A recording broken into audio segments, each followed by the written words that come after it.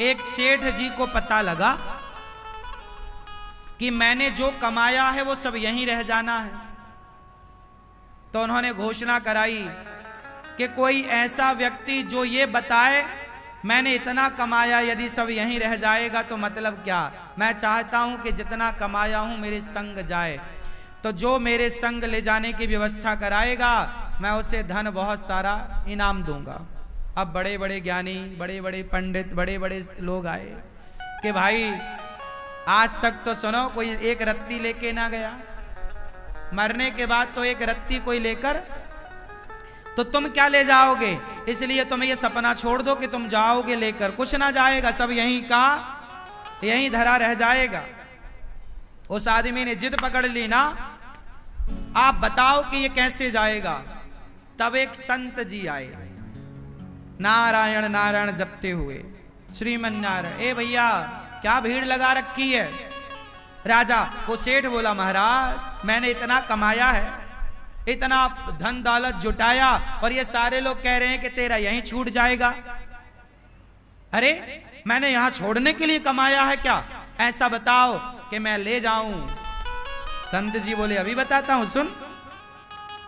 तू सब क्या क्या लेके जाना चाहता है। बोले, मैं सब कुछ लेकर जाऊंगा, जो मैंने कमाया है मेरे संग जाएगा तब तो मजा आएगा, यहां छोड़ गया तो क्या मजा है।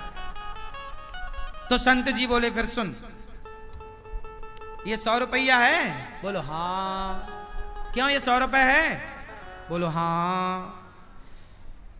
संत जी ने कहा, ये बता, ये 100 रुपए भारत का 100 रुपए है, क्या अमेरिका में इसकी वैल्यू 100 रुपए है।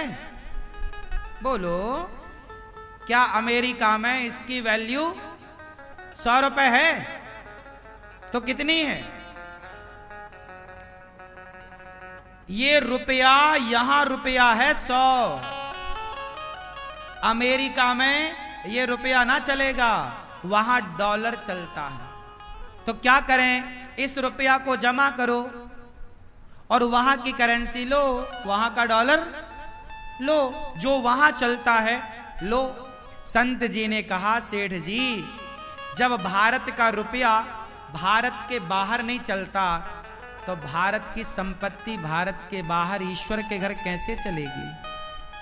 और सुन, तू ले जाना चाहता है तो चलेगी, जाएगी, पर कैसे। जैसे रुपए को हमने डॉलर में कन्वर्ट कराया, रुपए को किस में कन्वर्ट कराया, डॉलर में, उसी तरह तू अपनी जितनी दौलत लेकर जाना चाहता है उस संपत्ति को पुण्य में कन्वर्ट करा ले, पुण्य में लगा। जब तू अपनी दौलत किसी भूखे के भोजन में, भूखे की भूख मिटाने, प्यासे की प्यास मिटाने, किसी बेसहारा को सहारा देने, किसी के सिर पे छाया नहीं तो छाया देने में, जब तू सेवा में सब खर्च करेगा तो जितना तूने खर्च किया है वो सब का सब उससे बढ़कर तुझे वहां प्राप्त होगा, वो तेरे संग चलेगा, वो तेरे संग चलेगा। तो आप लोग भी कुछ धन दौलत, कुछ संपत्ति संग ले जाना चाहते हो तो आप भी कुछ पुण्य कर लो, क्योंकि पुण्य ही संग जाएगा।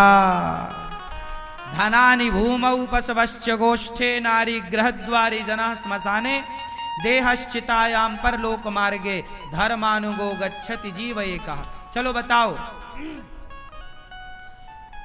रुपया पैसा कहां तक साथ देता है। बोलो, मेरी मां जीते जी तक, जिंदा हो तो रुपया पैसा साथ दे सकता है। अच्छा, पत्नी कहां तक साथ देती है। बोलो, कहां, द्वार तक। धनानि भूमौ, धन संसार तक। पशवश्च गोष्ठे, पशु पक्षी गौशाला घुड़शाला तक साथ देंगे। नारी गृहद्वारी, नारी दरवाजे तक साथ देगी। नारी गृहद्वारी जनः श्मशाने, लोग शमशान तक साथ देंगे। देहश्चितायाम, ये शरीर चिता तक साथ देगा। ये शरीर कब तक रहेगा, चिता तक, और चिता पे जल जाएगा तो शरीर भी साथ नहीं देगा। देहश्चितायाम, परलोक मार्गे। परलोक का मार्ग जब जाओगे तो पत्नी द्वार तक रहेगी, पैसा यहीं रहेगा, शरीर भी छूट जाएगा। फिर कौन जाएगा? धर्मानुगो गच्छति जीव एकहा। आपके साथ कोई जाएगा तो धर्म जाएगा। धर्मानुगो क्या जाएगा? धर्म। कौन? आपके संग। इसलिए मेरी माता धर्म कर लो। इसलिए कहता हूं पाप ना हो, अधर्म ना हो, शरीर से केवल धर्म ही धर्म हो। धर्म क्या है? अब बताओ धर्म क्या है?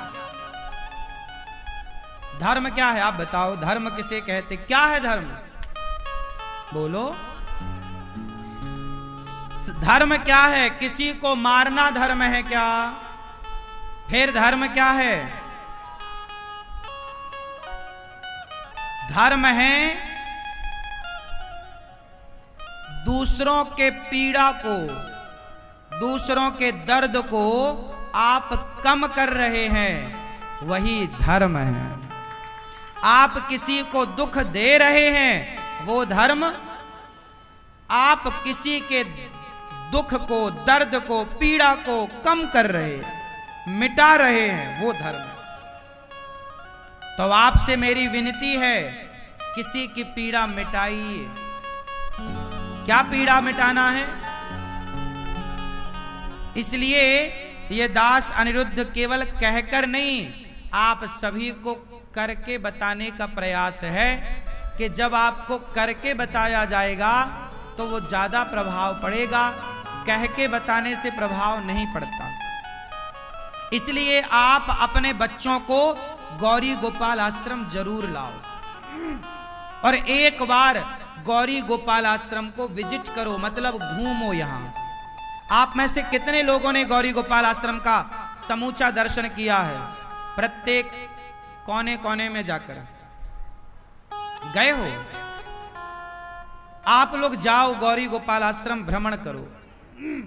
सामने वाला जो आश्रम है वहां जाना, वृद्ध माताएं रहती हैं। यहां भी वृद्ध माताएं रहती हैं, यहां भी वृद्ध माएं हैं, सामने वृद्ध माएं हैं। आप सवेरे आओ, यहां सवेरे संतों की भीड़ मिलती है आपको। जानते हो वो भीड़ काहे के लिए होती है?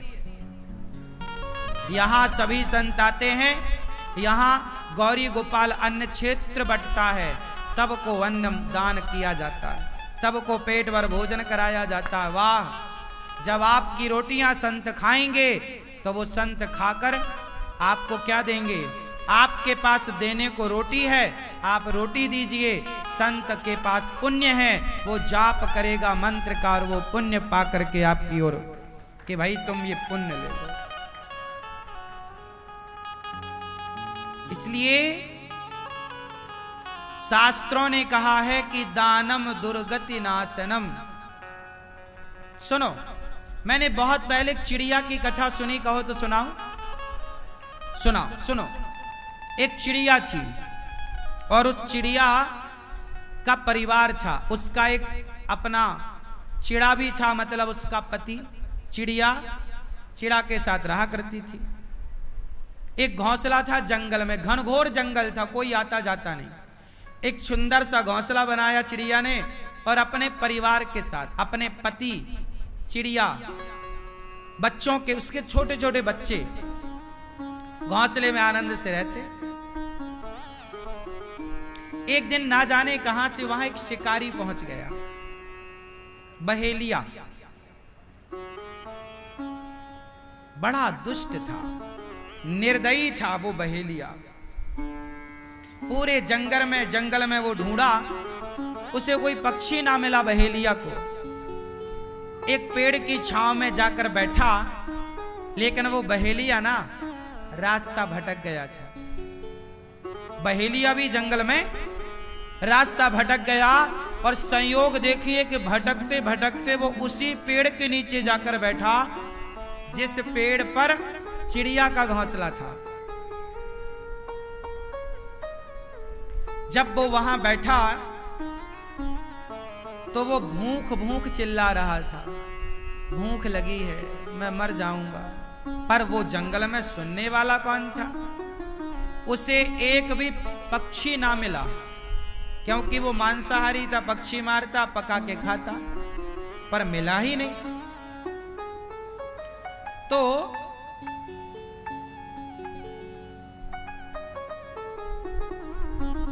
उस आदमी ने, जो बहेलिया था, जैसे तैसे उसने लकड़ियां समेटी और वहां पर आग लगाना चाहता था। अचानक पानी बरसने लगा, और जब पानी बरसा तो सारी लकड़ियां हो गई गीली। अब आग ना लगे, वो ठिठुर रहा है, रास्ता भटक चुका था, ठिठुर रहा था। तो चिड़िया बैठी डाल पर अपने पति से कह रही है, सुनो, देखो ये अपने द्वारे आया है, ये अपनी छाया में है, और ये ठिठुर रहा है, आग लगाने जा रहा है, लग ही नहीं रही है, सारी लकड़ियां गीली, सारी घास गीली। चिड़िया बोली, अपन अपना घोंसला इसको दे देते हैं। तो चिड़िया ने अपने बच्चों को डाल पर बिठाया और अपने घोंसले को कुतर दिया अपनी चोंच से, तो उसका घोंसला टूटा और नीचे आया। बहेलिया देख के बड़ा खुश, ऊपर देखा तो चिड़िया बैठी, और इसने घोंसला पाया सूखा, तो तुरंत उसमें आग लगाई। उसके माध्यम से उस लकड़ियों में अब धीरे धीरे आग लग गई, और आग लगी तो उसका सर्दी दूर हुई, जान में जान आई। पानी बरस गया था, तो पानी पीने का बंदोबस्त तो था, वो पानी पी लिया, पर भूख लगी। कोई अब दूर दूर तक पक्षी नजर नहीं आ रहा है, पर उसी पेड़ पर चिड़िया बैठी है, उसके बच्चे बैठे हैं और उसका पति है। चिड़िया बोली अपने पति से, इसे भूख लगी है और ये हमारा अतिथि है, और द्वार पे आया अतिथि, उसे भोजन देना हमारा, तो क्या दें? अब वो बहेलिया भी बार बार चिड़िया को देखे और वो बार बार निशाना लगाए, बार बार निशाना लगाए।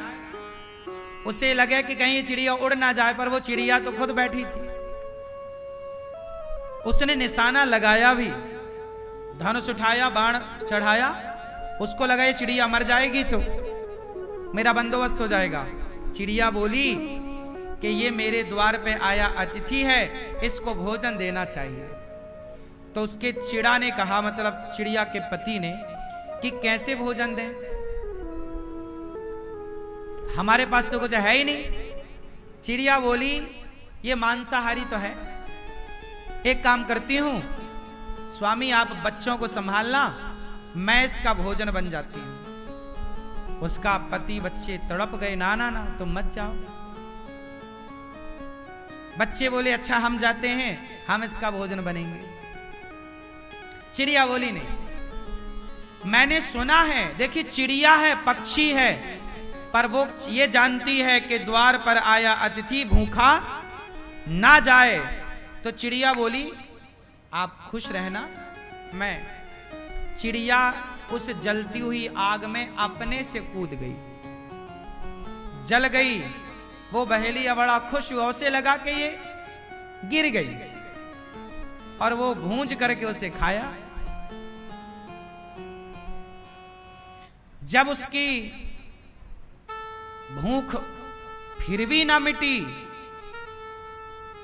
तो वो छोटे छोटे बच्चे बेचारे वो भी कूद गए। जब बच्चे कूद गए तो उसका पति वो भी कूद गया। पूरा परिवार, उसकी भूख ना मिट रही थी, बच्चे भी खा लिया, भरी भी नहीं। तो उसका जो पति था चिड़िया का, उसको लगा कि मेरी पत्नी ने बलिदान दिया, इसका पेट भरने मेरे बच्चे कूद गए, फिर भी इसका पेट ना भरा, तो फिर मेरी जिम्मेदारी है कि मैं प्रयास करूं इसका पेट भरने में। तो उसका पति, चिड़िया का पति चिड़ा भी कूद गया और जब उसे खाया तो इसे डकार आई, ये तृप्त हुआ। तभी एक सुंदर सा विमान आता है आकाश मार्ग से, और उस आकाश मार्ग में वो चारों, चिड़िया, उसका पति और उसके दोनों बच्चे, एक सुंदर सा देवताओं की तरह रूप बनाकर, अब वो पक्षी के रूप से मुक्त होकर देवताओं की तरह सुंदर बनकर विमान पर बैठे। तो ये बहेलिया बोला, आप कौन? तो पार्षद थे, विमान लेकर आए। उन्होंने कहा कि ये चिड़िया जिसे अभी अभी तूने खाया, ये उसका पति, ये उसके बच्चे। बोले ये सब कहां जा रहे? बोले ये सब बैकुंठ जा रहे हैं। क्यों? बोले इन्होंने पक्षी होकर भी द्वार पे आए, अतिथि की सेवा की। जब ये किसी का पेट भरते हैं, तुम पापी हो, तुम तो पापी हो, तुमने हत्या करके जीवों को खाते थे तो तुम पापी हो, पर भले पापी हो। पर चिड़िया ने तो अपना धर्म निभाया, उसका धर्म है, मेरा धर्म है कि मेरे द्वार पे जो आएगा भोजन कराऊंगा। अब वो पापी है कि पुण्यात्मा ये भगवान जाने, मेरा तो धर्म है भोजन कराना। तो इन्होंने जब अतिथि का धर्म पूरा किया, गृहस्थ खा, तो देखो बिना जप तप के ये आज भगवान के धाम को दिव्य शरीर पाकर जा रहे हैं। इसका अर्थ ये पुराणों की चर्चा है। इसका मतलब ये हुआ कि आप किसी को भोजन कराते हैं तो उस भोजन कराने से वो व्यक्ति खुश हो ना हो खाकर, पर भगवान जरूर प्रसन्न होंगे उसकी तृप्ति से।